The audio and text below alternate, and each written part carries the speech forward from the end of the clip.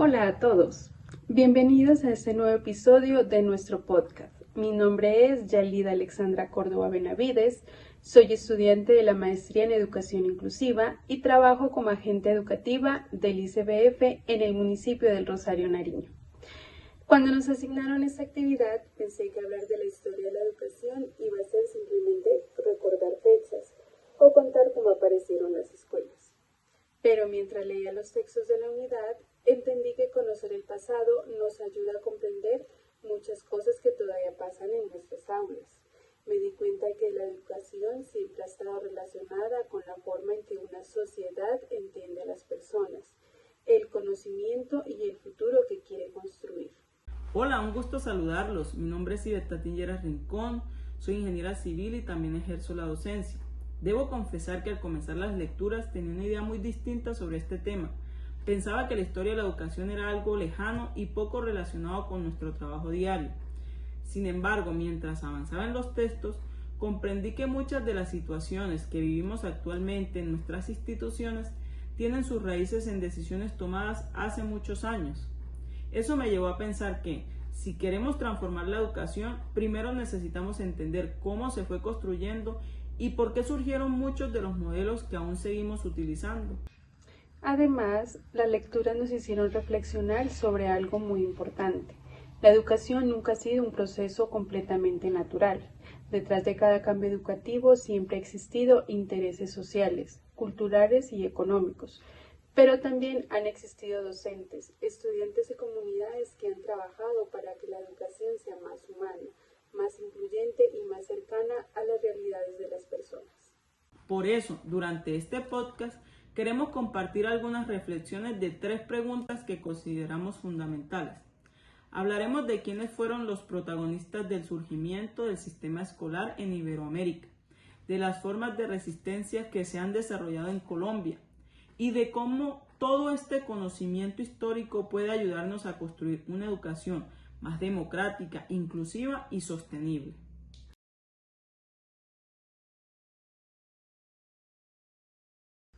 Y B. Hubo una idea que me llamó mucho la atención mientras leía Auerbach 2004. Yo siempre había pensado que las escuelas surgieron únicamente para enseñar a leer y escribir, pero comprendí que detrás de una creación también existió el interés de organizar la sociedad y formar ciudadanos que compartieran una misma identidad. En ese momento entendí que la educación no nació solamente para transmitir conocimientos, también fue una herramienta utilizada por los estados para consolidarse, fortalecer sus intuiciones y construir un proyecto de nación. A mí me pasó algo parecido. Mientras leía también comprendí que la Iglesia tuvo una influencia muy importante durante este proceso. Durante muchos años fue la encargada de orientar gran parte de la educación y de formar a las personas desde principios religiosos y morales. Al mismo tiempo, las élites políticas y económicas entendieron que la escuela podía servir para mantener un determinado orden social. Como explican Pérez e Hidárraga en el 2019, el acceso a la educación no era igual para toda la población, ya que existían grandes diferencias entre los distintos grupos sociales y muchas personas quedaban excluidas del sistema educativo. Mientras te escuchaba recordé algo que veo todos los días en mi trabajo con las familias. Hoy hablamos mucho de inclusión, pero durante muchos años la educación no estuvo pensada para todos. Muchas personas quedaron por fuera simplemente por vivir en zonas rurales, por pertenecer a comunidades indígenas o afrodescendientes, o por no contar con los mismos recursos económicos. Creo que conocer esta historia nos ayuda a entender por qué todavía seguimos trabajando para garantizar una educación con igualdad de oportunidades. Exactamente, y pienso que ahí aparece un aspecto muy importante de las pedagogías críticas. Ellas nos invitan a preguntarnos si la escuela realmente está respondiendo a las necesidades de todos los estudiantes o si en algunos casos seguimos reproduciendo desigualdades sin darnos cuenta. Como docentes, tenemos la responsabilidad de analizar nuestra práctica, cuestionar aquello que parece normal y buscar estrategias que permitan que cada estudiante participe y aprenda de acuerdo a sus capacidades y a su contexto. Eso también me hizo pensar que los maestros hemos sido protagonistas de muchos cambios educativos. A lo largo de la historia han existido docentes que no se conforman con repetir metodologías tradicionales, sino que se dedicaron a innovar, escuchar más a sus estudiantes y construir nuevas formas de enseñar. En mi caso, trabajar con la primera infancia me ha enseñado que no existen recetas únicas. Cada niño aprende de una manera distinta y cada familia tiene algo valioso que aportar. Cuando reconocemos esa diversidad, la educación deja de ser un proceso rígido y se convierte en una experiencia mucho más humana. Creo que esa es una de las principales enseñanzas que nos deja esta primera parte de la historia. Comprender el origen del sistema educativo no significa quedarnos mirando el pasado, sino entender por qué hoy tenemos el desafío de construir una escuela donde todas las personas puedan aprender y participar y poder sentirse valoradas.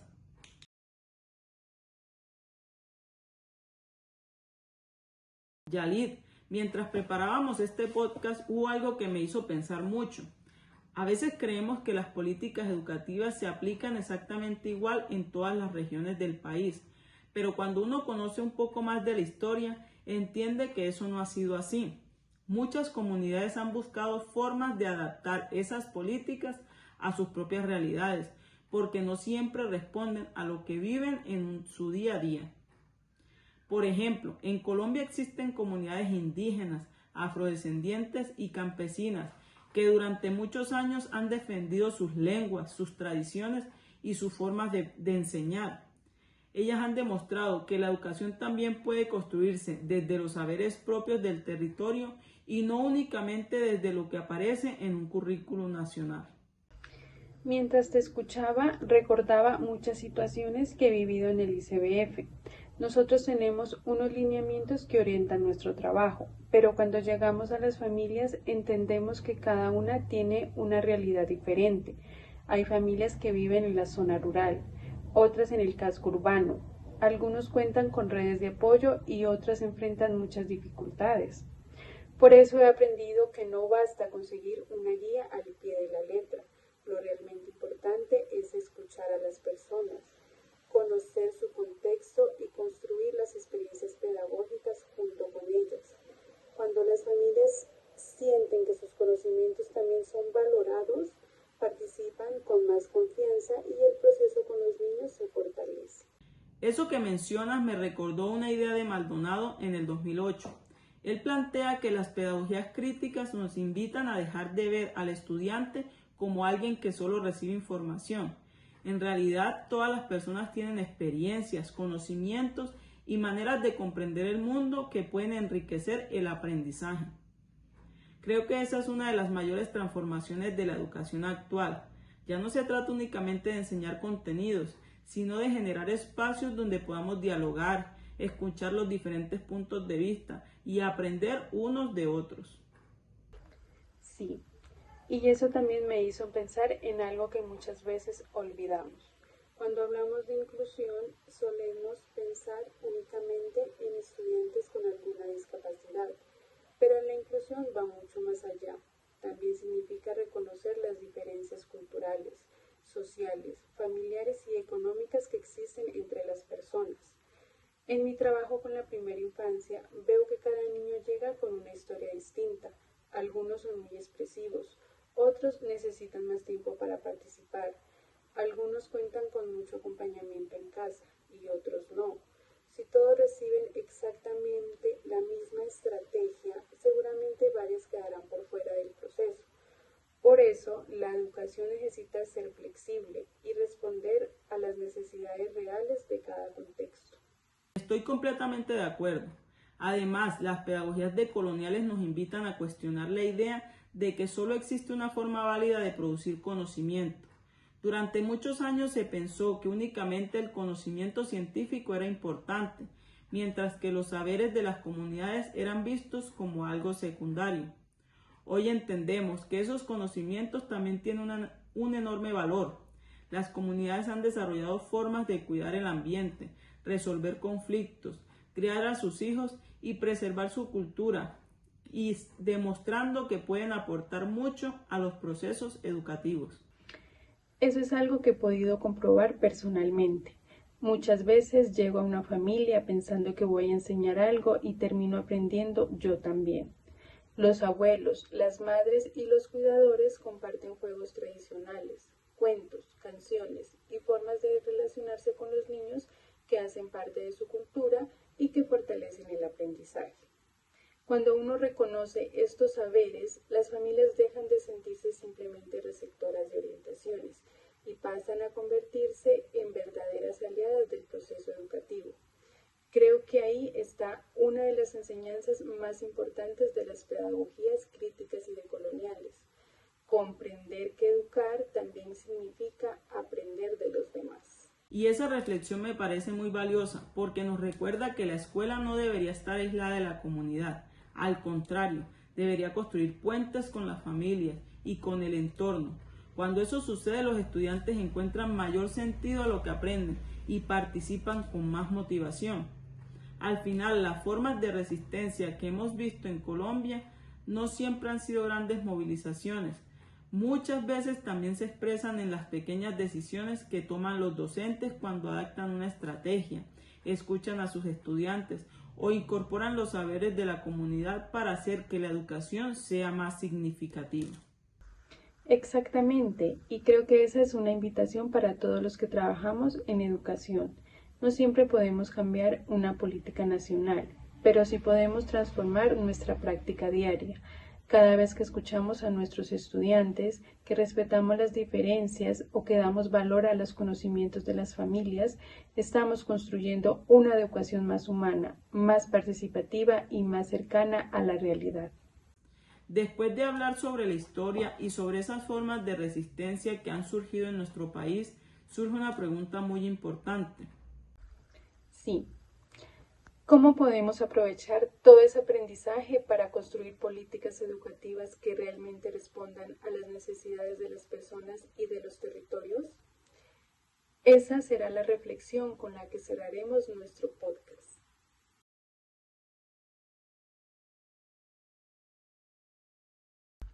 Después de todo lo que hemos hablado, siento que conocer la historia de la educación nos deja una enseñanza muy clara. No podemos construir una mejor educación si desconocemos todo lo que ha pasado antes.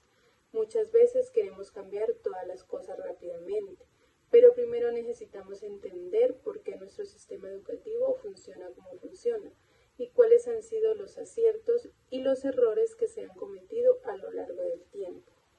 Mientras preparaba este podcast, pensaba en mi trabajo con las familias. Cada vez que llego a una comunidad, lo primero que hago no es empezar una actividad, sino escuchar. Escuchar cómo viven, qué esperan para sus hijos, cuáles son sus preocupaciones y qué fortalezas tienen. Solo después de conocer esta realidad puedo planear experiencias que realmente tengan sentido para ellos. Creo que las políticas educativas deben construirse de la misma manera, escuchando a quienes viven la educación todos los días. Me gusta mucho esa idea, porque al final la historia nos demuestra que muchas decisiones se tomaron sin preguntarle a quienes estaban en las aulas. Hoy sabemos que los docentes, los estudiantes y las familias tienen mucho que aportar, y si queremos una educación más democrática, necesitamos que esas voces hagan parte de las decisiones y no solamente de la implementación de las políticas. También pienso que las universidades y las instituciones educativas deben generar más espacios para que los maestros compartamos nuestras experiencias. Muchas veces desde la práctica cotidiana surgen estrategias muy valiosas que podrían enriquecer las políticas públicas si realmente fueran escuchadas. Hay otra reflexión que me dejó esta unidad, y es que una educación inclusiva no depende únicamente de tener buenas normas, también depende de la actitud con la que asumimos nuestra labor como educadores. Podemos tener lineamientos muy bien escritos, pero si no escuchamos a nuestros estudiantes, si no respetamos sus diferencias o si no creemos en sus capacidades, difícilmente lograremos una verdadera inclusión. En la primera infancia esto es muy evidente. Cada niño tiene su propio ritmo, sus intereses y su manera de aprender. Cuando respetamos estas diferencias, los niños participan con más seguridad, desarrollan confianza y disfrutan mucho más el proceso de aprendizaje. Y eso también tiene relación con las pedagogías críticas. Maldonado en el 2008 nos recuerda que la educación debe ayudar a las personas a comprender su realidad y a participar en su transformación. No basta con enseñar contenidos, necesitamos formar ciudadanos capaces de dialogar, analizar problemas, trabajar con otros y buscar soluciones para sus comunidades. Creo que esa es una responsabilidad muy grande, pero también una oportunidad para quienes ejercemos la docencia. Cada clase puede convertirse en un espacio para fomentar el respeto, la participación y el pensamiento crítico. Algo que también me llamó mucho la atención es la importancia de valorar los conocimientos que existen fuera de la escuela. Las pedagogías decoloniales nos invitan a reconocer que las familias, las comunidades y los territorios también producen saberes. Muchas veces pensamos que el aprendizaje solo ocurre dentro del aula, pero la realidad demuestra que también aprendemos cuando escuchamos a un abuelo contar una historia, cuando una madre comparte una tradición o cuando una comunidad enseña cómo cuidar su entorno. En mi trabajo he descubierto que esos conocimientos fortalecen muchísimo las experiencias pedagógicas. Cuando los niños encuentran en la escuela elementos de su cultura y de su vida cotidiana, participan con mucho entusiasmo porque sienten que aquello que conocen también tiene valor. Creo que ese reconocimiento de la diversidad es uno de los mayores retos que tenemos como educadores. Colombia es un país con una enorme riqueza cultural y precisamente por eso las políticas educativas no pueden ser rígidas. Deben ofrecer orientaciones generales, pero también permitir que cada institución adapte sus estrategias según las características de su contexto. Eso no significa que cada uno haga las cosas de cualquier manera, sino comprender que la educación necesita ser flexible para responder a las realidades de las personas. Estoy completamente de acuerdo.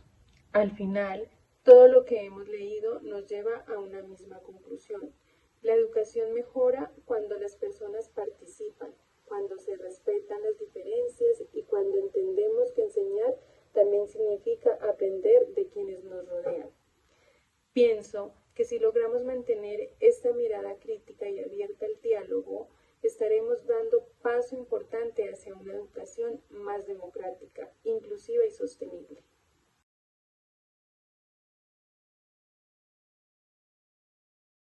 Después de esta conversación, puedo decir que estudiar la historia de la educación cambió mi manera de entender la docencia. Antes veía muchos de estos procesos como hechos del pasado, pero ahora comprendo que siguen teniendo un impacto muy fuerte en la forma como enseñamos y aprendemos en la actualidad. También confirmé que las pedagogías críticas y decoloniales nos invitan a cuestionar aquellas prácticas que generan exclusión y a reconocer que siempre es posible construir formas más participativas de educar. En mi caso, esta actividad me permitió relacionar las lecturas con mi trabajo diario. Muchas de las ideas que encontramos en los autores las veo reflejadas cuando comparto con las familias, cuando escucho a los niños o cuando adapto una experiencia pedagógica para responder a las necesidades de cada contexto. Esto me reafirma que la inclusión no consiste solamente en abrir las puertas de una institución educativa. La verdadera inclusión comienza cuando cada persona se siente escuchada, respetada y valorada dentro del proceso de aprendizaje. Creo que esa es muy buena reflexión para cerrar. La historia nos enseña que la educación siempre ha cambiado porque la sociedad también cambia. Por eso nosotros como docentes tenemos el compromiso de seguir aprendiendo, reflexionando y construyendo prácticas que respondan a los desafíos de nuestro tiempo. Esperamos que este espacio de conversación haya permitido comprender que mirar el pasado no significa quedarse en él, sino aprender de sus enseñanzas para construir un futuro mejor. Muchas gracias por su acompañamiento. Gracias por escucharnos y hasta una próxima oportunidad.